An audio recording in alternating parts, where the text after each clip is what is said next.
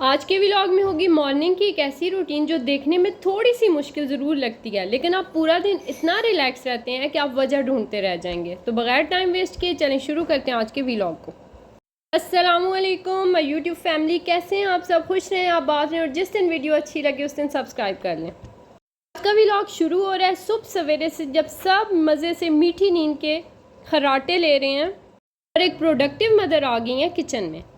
ऐसा भी नहीं है कि मैंने खुद पे कोई बहुत ही ज़्यादा जुल्म कर लिया। और फजर के बाद मैंने अच्छा खासा 1 घंटे का रेस्ट किया और उसके बाद मैं किचन में आ गई, क्योंकि बच्चे तकरीबन अभी भी इसके 1 घंटे के बाद उठेंगे। बच्चों के उठने से पहले मैंने जो सबसे बड़ा कारनामा किया वो है कुकिंग का। अगर आपसे कोई पूछे कि आपको पूरे दिन में सबसे ज़्यादा स्ट्रेस देने वाला काम कौन सा लगता है, तो आप डेफिनेटली कहेंगे कि आज क्या बनेगा। इस मसले का हल मैंने रात को सोच लिया था कि मैं एक सब्ज़ी बनाऊंगी, और वो जो लौकी की सब्ज़ी मेरे पास पहले से कटी हुई पड़ी थी, साथ में मैंने बच्चों के लिए आलू कीमा बनाना था। पैन रेडी था, सुबह बस सिर्फ उठ के मैंने कटिंग की और दोनों चीज़ें चूल्हे पे चढ़ा दी। अच्छा, आप आजमा लें, जिस दिन आप सुबह सुबह कुकिंग कर लें तो ऐसे लगता है कि एक पहाड़ हमने सर कर लिया है। साथ साथ ही मैंने मसाला बॉक्स को वॉश करके ड्राई होने के लिए रख दिया। लास्ट टाइम मैंने बाकी पल्सेस वगैरह को धूप लगवाई थी तो इसे छोड़ दिया था, क्योंकि कुछ मसाले पड़े हुए थे। तो अभी वो मसाले ख़त्म होने के करीब थे, बस जो थोड़े बहुत रह गए थे मैंने उन्हें डिफरेंट कंटेनर्स में ट्रांसफ़र किया और उसके बाद उन्हें उससे अच्छे तरीके से वॉश करके ड्राई होने के लिए रख दिया। अभी कुकिंग मेरी हाफ़ डन थी कि मुझे बच्चों की आवाज़ें आना शुरू हो गई। हस्बैंड का ब्रेकफास्ट और बच्चों का ब्रेकफास्ट फिर मैंने वो बनाना स्टार्ट कर लिया। नाश्ता बनाने के साथ साथ मुझे इतनी खुशी हो रही थी जैसे मैंने एक बहुत बड़ा पहाड़ सिरका लिया हो।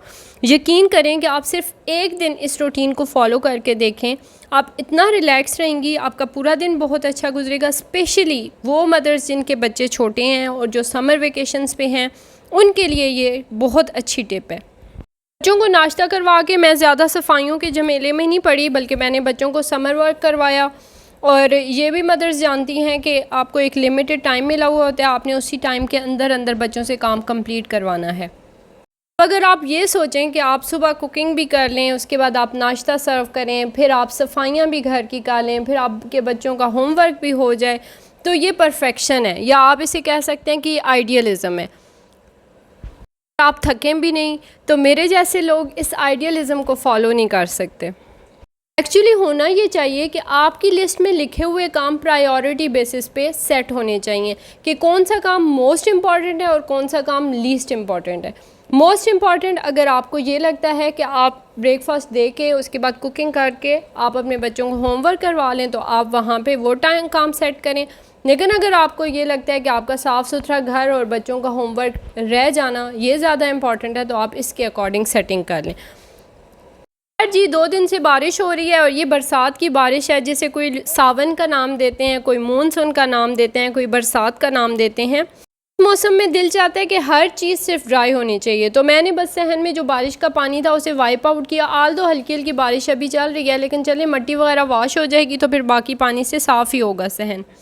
इसके बाद बच्चों को खाना वगैरह सर्व किया, क्योंकि 2 घंटे गुजर चुके थे। बच्चे जब घर में होते हैं तो ये बड़े ही अनप्रिडिक्टेबल होते हैं। इनके खाने की टाइमिंग, इनके वॉशरूम की टाइमिंग, इनके सोने की टाइमिंग, सब कुछ चेंज हो जाता है। लगता ही नहीं है कि वो बच्चे हैं जो स्कूल जाते हैं तो सिर्फ सुबह नाश्ता करके जाते हैं, दिन में लंच करते हैं। खैर जी, इसके बाद की कोई भी क्लिप्स मैं रिकॉर्ड नहीं कर सकी। हमने बच्चों के लिए एंड्रॉयड स्क्रीन लगाई थी कि चलें इनकी आंखों पे होने वाले जुल्म में थोड़ी सी कमी आ जाए, लेकिन इन्होंने कहा कि समर वेकेशंस हो और हम घर में हो और मम्मा इतने आराम से शूटिंग करें, हाउ इज़ इट पॉसिबल। तो खैर उसके बाद फिर तकरीबन 2 दिन पहले मैंने कपड़े धोए थे। एक दिन मैंने सारी बेडशीट्स वॉश की थी और सेकंड डे मैंने बाकी बच्चों के कपड़े धोए थे।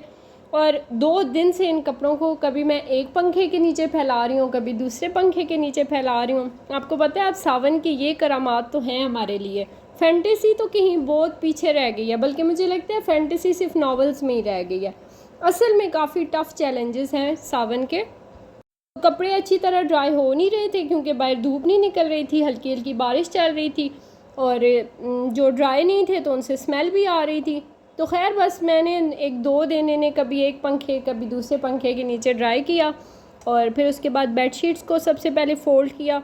और मैं मोस्टली ऐसे करती हूँ कि बेडशीट्स को टोटली एक सेपरेट डे में वॉश करती हूँ, और बच्चों के कपड़े तो हर दूसरे दिन होते हैं एज़ यूजुअल।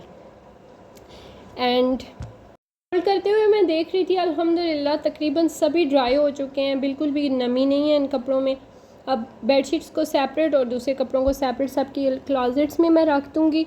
अगर आप आयरन करने का सोचें तो इट्स नॉट पॉसिबल भाई। ये बस आप कोशिश करेंगे अच्छे से फ़ोल्ड करके उन्हें क्लॉजेट्स तक पहुंचा दें। आयरन जैसे जैसे ज़रूरत पड़ी या जैसे जैसे आपके पास टाइम मैनेज हो आप ज़रूर कर लें।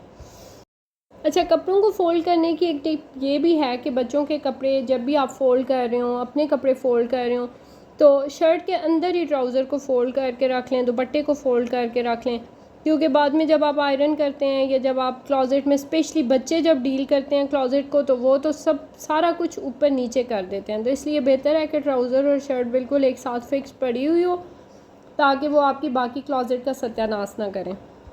तो जी बस ये था आज का व्लॉग। बच्चों ने मुझे कोई ख़ास क्लिप शूट नहीं करने दी है, लेकिन मैंने सोचा कि भाई कंसिस्टेंसी मैटर करती है, लेंथ नहीं। तो चले, मुझे अपलोड उसी डे में करना चाहिए जो मेरा डे बन रहा है। अगर आपको कोई भी बात अच्छी लगी तो लाइक, शेयर और सब्सक्राइब ज़रूर कीजिएगा। मिलते हैं नेक्स्ट व्लॉग में। टिल देन अल्लाह हाफिज़।